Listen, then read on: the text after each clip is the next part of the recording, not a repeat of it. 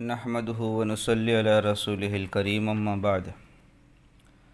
حضرات سامعین کرام اور اسلامی مائیں اور بہنیں، مصیبتوں پر جو حالات میں انسان گر جاوے تو صحیح سوچ کے ذریعے سے اللہ تبارک و تعالی اس میں اطمینان اور سکون نصیب فرماتا ہے۔ اسی سلسلے میں آج ایک بات پیش کرنا چاہتا ہوں جو بزرگوں کی تجربے کی بات ہے، خاص طور پر حضرت تھانوی رحمۃ اللہ علیہ نے ارشاد فرمایا ہے۔ وہ یہ ہے کہ مصیبتوں اور حالات اور پریشانیوں میں انسان خلوت میں، تنہائی میں، یکسو میں تھوڑا وقت نکال کر اللہ تبارک و تعالیٰ کے سامنے مراقبہ کرے۔ اللہ نے وقت دیا ہے، اللہ نے عقل دی ہے، دماغ دیا ہے، تو اس کے ذریعے سے سوچے اس مصیبت کو۔ مراقبہ اچھا کرنے کی وجہ سے، اچھی سوچ کی وجہ سے وہ مصیبتیں ہلکی ہو جاتی ہے، انسان کو پریشانی میں بھی سکون نصیب ہوتا ہے۔ غم میں بھی قانون فطرت سے میں کچھ بدظن نہیں، غم میں بھی قانون فطرت سے میں کچھ بدظن نہیں، یہ سمجھتا ہوں کہ وہ میرا دوست ہے، دشمن نہیں۔ لہذا اللہ تعالیٰ کی طرف سے جو بھی آوے اس کو اپنے لیے سبب خیر سمجھے۔ ایک سوال کے جواب میں حضرت تھانوی رحمۃ اللہ علیہ فرماتے ہیں، مصیبت میں اس قدر رنج اور غم کی ضرورت نہیں ہوتی کہ اکثر ایک مراقبہ کر لیتا ہوں جس سے ساری پریشانیاں اور غم دور ہو جاتی ہے، اور وہ مراقبہ یہ ہے کہ ہمیشہ اس کا استحضار رہے اور یہ سوچے کہ اللہ تعالیٰ مجھ کو چاہتے ہیں، اسی لیے تو مجھے انسان بنایا، جانور نہیں بنایا۔ اللہ مجھ سے محبت کرتے ہیں، اس لیے تو بغیر مانگے ایمان دیا۔ اللہ مجھ سے محبت کرتے ہیں، چاہتے ہیں، اس لیے بغیر استحقاق کے بے شمار نعمت عطا فرمائی۔ اور یہ بات نصاً ثابت ہے، اللہ ولی المومنین، کہ اللہ مومنوں کا ولی، دوست، کارساز ہے۔ مصیبتوں میں جب انسان یہ مراقبہ کرے گا تو اس مراقبہ کے ذریعے سے تمام غموں کا خاتمہ ہو جائے گا۔ ایک کتاب ہے ابن ابی الدنیا کی الفرج بعد الشدہ، حضرت مفتی شفیع صاحب نے اس کا ترجمہ بھی کیا ہے، اس کا نام رکھا ہے مصیبتوں کے بعد راحت۔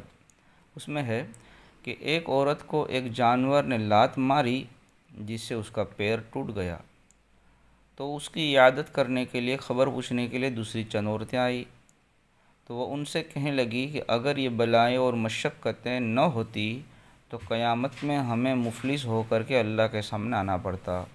ایسے ہی ایک دوسری عورت کے ٹھوکر لگی جس سے اس کا ناخن گر پڑا، تو اتنی تکلیف کے باوجود، ناخن نکل جانے کے باوجود وہ عورت ہنسنے لگی۔ اس سے جب اس کے ہنسنے کا سبب پوچھا گیا تو کہنے لگی کہ اس تکلیف کے ثواب کی لذت نے میرے دل سے اس کا درد اور دکھ ختم کر دیا۔ حضرت تھانوی رحمۃ اللہ علیہ فرماتے ہیں کہ مصیبت کو آسان کرنے کے لیے اس مراقبہ سے زیادہ اور کوئی طریقہ نہیں ہے کہ مصیبت کے وقت تھوڑا یہ سوچ لیا جاوے کہ اس مصیبت میں مجھے ثواب مل رہا ہے۔ حضرت تھانوی رحمۃ اللہ علیہ فرماتے ہیں، مصائب اور ان کا علاج، صفحہ نمبر 91، کہ ایک روز کانپور کے زمانے میں مسلمانوں کے موجودہ حالات کا مجھ پر اس قدر اثر ہوا کہ ہمیں ہر جگہ کے اندر قتل و غارت گیری، فساد، غیروں کی طرف سے مسلمانوں پر ظلم، کھانا بھی کھا نہیں سکتا تھا، کڑوا لگا۔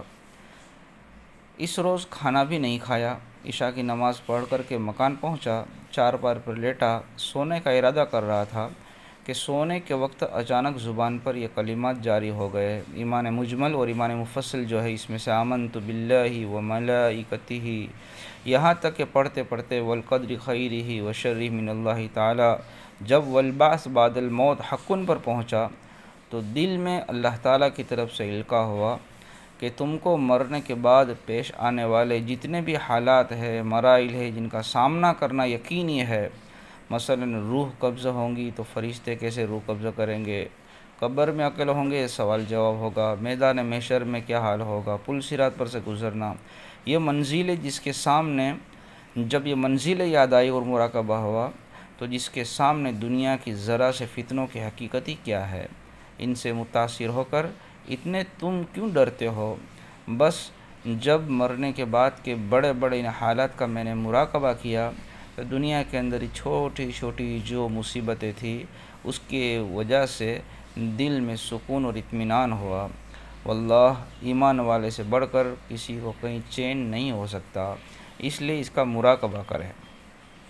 حضرت تھانوی رحمۃ اللہ علیہ فرماتے ہیں کہ اللہ تعالیٰ نے ایک ایسا مراقبہ میرے دل میں ڈال دیا کہ ظاہری باطنی کسی بھی پریشانی کے لاحق نہیں ہوتی، مجھے کوئی ایسی پریشانی لاحق نہیں ہوئی جس سے میں بے چین ہو جاؤں اور کنٹرول نہ کر سکوں، اور وہ یہ ہے کہ میں مراقبہ کرتا ہوں، اللہ تعالیٰ نے میرے دل میں ڈالا ہے کہ اللہ تعالیٰ حاکم بھی ہے اور حکیم بھی ہے۔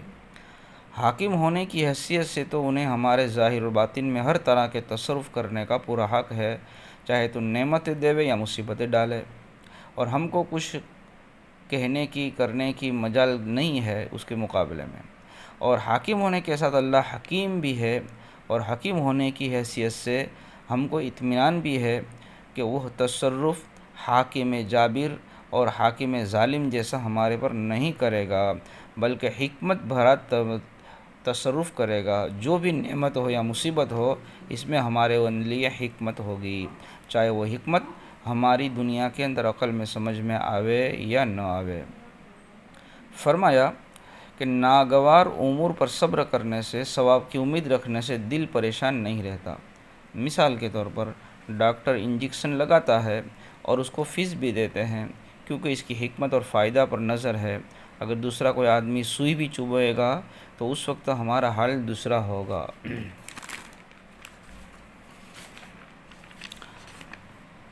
مراقبہ کے سلسلے میں ایک قصہ ہے۔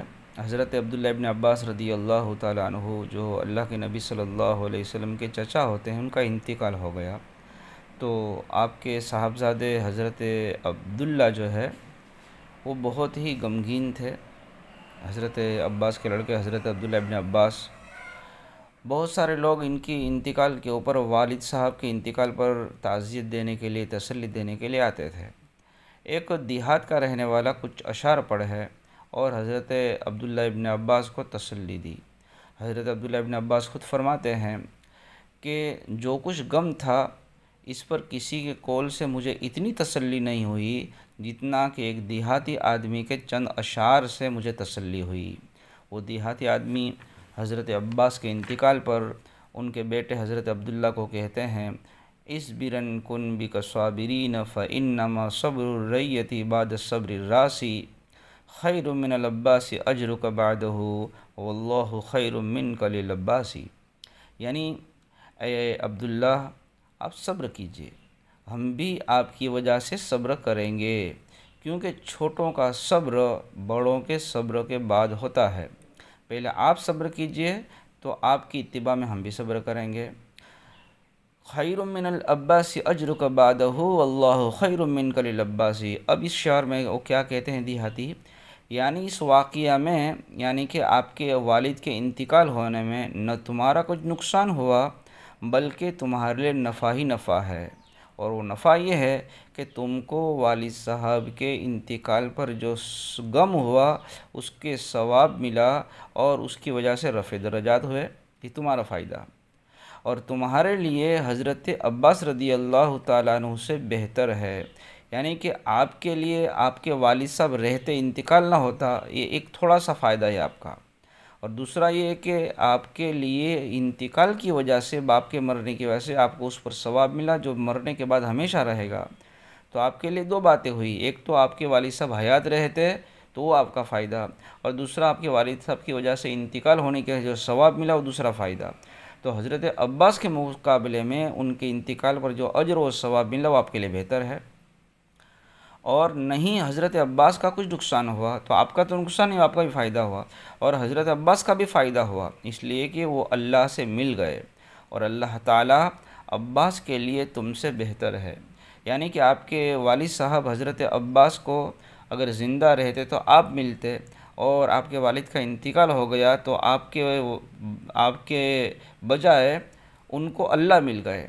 تو حضرت عباس کا زیادہ فائدہ آپ کے ساتھ میں رہنے پر نہیں ہے، بلکہ اللہ کے ملنے پر ہے۔ تو یعنی تمہارے پاس رہنے سے ان کا اللہ کے پاس رہنا زیادہ بہتر ہے۔ تو کسی کا بھی کچھ نقصان نہ گھٹا نہ بڑھا، دونوں کے لیے نفع ہی نفع ہے۔ پھر اے عبداللہ غم کیسا کرنا؟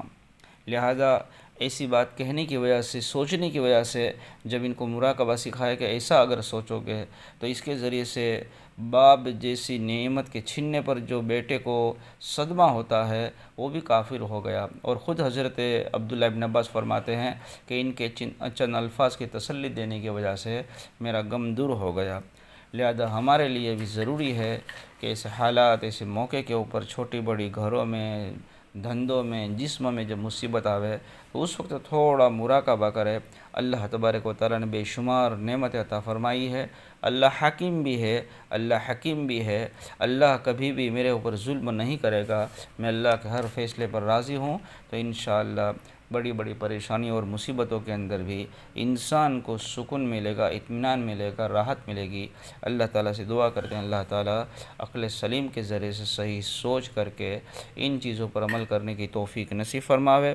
وآخر دعوانا ان الحمد للہ رب العالمین۔